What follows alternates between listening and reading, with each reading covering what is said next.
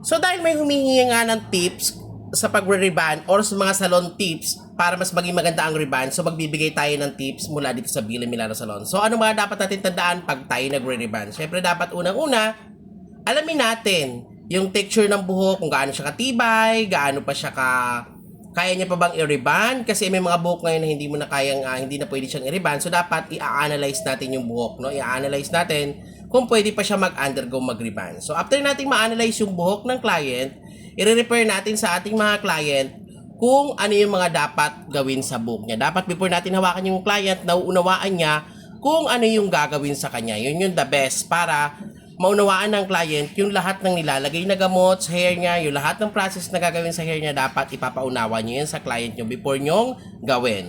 So after that, mag-a-apply na tayo ng gamot or ng pang-reband. Syempre dapat mayroon tayong mga gamit kagaya ng mga cape, mga protection and everything para maiwasan natin na ma-damage yung scalp or yung skin ng ating client. So dapat naka-proper din tayo, may guantes and everything, no? So may mga video din tayo niyan kung paano yan gawin. Then after that, pag mag-a-apply na tayo ng medisina or ng number 1 na gamot na pang-reband, syempre dapat lagi tayong mag-iiwan ng 1 inch or half inch sa scalp ng ating client. Lalong-lalo na po pag number 1, yung ilalagay nating pang-reband sa hair ng ating client. Lagi po tayong mag-iiwan para maiwasan po yung pagkakaroon po ng problem or ng reaction ng scalp ng ating client. Then after that, ibababad po natin yung number 1 na gamot. Then, i-check po natin yan every 30 minutes. So, tandaan nyo po, huwag nyo pong susundin yung nakalagay po sa level ng gamot na halimbawa 30 minutes lang, babalnawan nyo na. Hindi po dapat ganon. Nakadepende po ang gamot na number 1 or your number 1 cream rebanding sa kung gaano po katibay or yung case po ng buhok ng i-reband nyo. So, dapat, i-check nyo po siya by strand test. Pag in-strand test nyo po siya at hindi pa, mag-a-additional po ulit kayo. So, depende po sa buhok, yung tagalo, yung oras ng pagbababad ng number 1. Then after that po, magbabad ng number 1 pagluto na, babalnawan po nating mabuti. Dapat, wala po yung matitirang gamot kahit kaunti. Then after that, i-blow dry po natin. Pag nabalnawan na po natin, then pa-planchahin po natin. Lagi nyo pong tatandaan na ang reband, isa po sa kinalalabasan ng reband para maging maganda ang kalabasan ng reband, dapat po paper thin ang pagpaplansya. Manipis na manipis ang hagod ng pagpaplansya at dapat mga heavy duty ang ginagamit nating mga plansya. So nakadepende yung init na gagamitin natin sa pag-a-analyze natin ng buhok. So mayroon mga buhok na kailangan natin na mainit at mayroon namang buhok na hindi natin kailangan masyado mainit ang plansya. So technique, dapat meron kayong dalawang planchang ginagamit, isang mainit at isang medium heat. So magkaiba dapat yung temperature na gagamitin yung dalawang plancha. Doon sa part na regrowth, doon yung gamitin yung bandang regrowth or bagong tubo, doon yung gagamitin yung mainit na plancha. At sa bandang dulo naman, yung mga medium heat na plancha para maiwasan yung pagka-dry ng dulong part, lalong-lalo na kung rebanded na yung dulo at virgin hair yung puno. So yun, after that ma-plancha, section by section po ang pagka-plancha. At ingatan po natin na mabaltak or masaktan ang ating mga client kasi isa po yan sa tinitingnan ng client, yung dapat magaan po yung kamay natin pag nagpa-plancha. Ulitin po natin, dapat paper thin at dapat mayroon tayo at least dalawang plancha, magkaiba ng init para po hindi masunog yung dulong part ng pag-reband. At nasa yellow basket ko po, may mga plancha po kaming ginagamit dyan na pwede nyo pong i-click at yan po ang ginagamit namin. The best po yung mga planchang nasa yellow basket ko. Then after that, na-plancha nyo na po yung buhok ng ating client, paihingahin nyo lang po yan at least 5 minutes para po lumamig yung hair ng ating client and pagkakataon din po yun para patayuin nyo po yung client sa matagal niyang pagkakaupo kasi alam po natin na pag matagal tayong naupo is mangangawit tayo. So, papatayuin po muna natin yung client para makapagpahinga siya, pwede po siyang umihi kung ano man gusto niyang gawin, then pauupuin na po natin siya pag malamig na po yung buhok, then tsaka po tayo maglalagay ng neutralizer or yung number 2 na pang-reband. So, paglalagay po ng number 2 pang-reband, simula po sa ilalim. So, mas okay po kung may maghahawak or mag-aalalay. Simula po sa ilalim, lalagyan po ng number 2 cream rebanding. So, sa paglalagay po ng number 2 cream rebanding o yung neutralizer, kailangan po malagyan po lahat.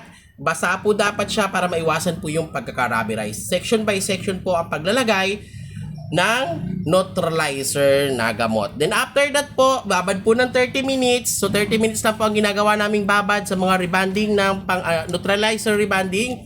After pong mabalnaw, after po nung mababad, babalnawan po natin siyang mabuti. Okay, so pag binalawan po mabuti, depende po sa client kung ano po yung ipinagawa niyang treatment. Let's say yung mga treatment niya po is mga cellophane treatment.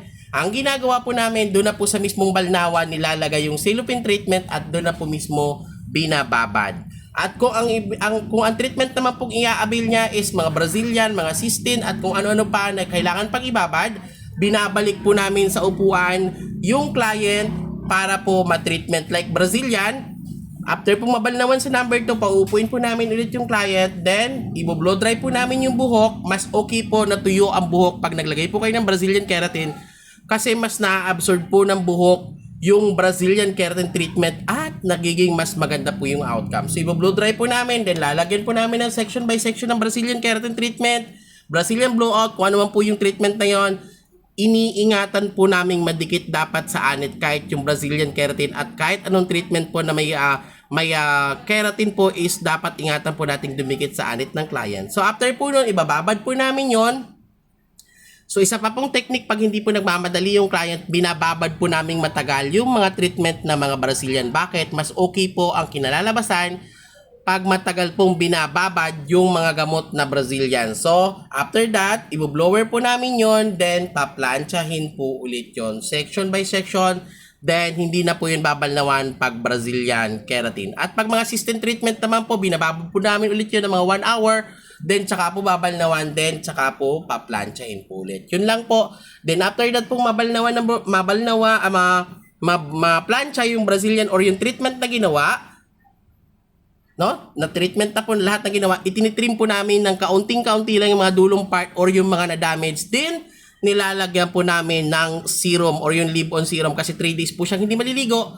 Kaya kailangan po syempre medyo may serum po tayong ilalagay. Then after po nun, nalagawa na po namin lahat, ihahabilin po namin sa kanya lahat po ng dapat niyang gawin at hindi niya pwedeng gawin.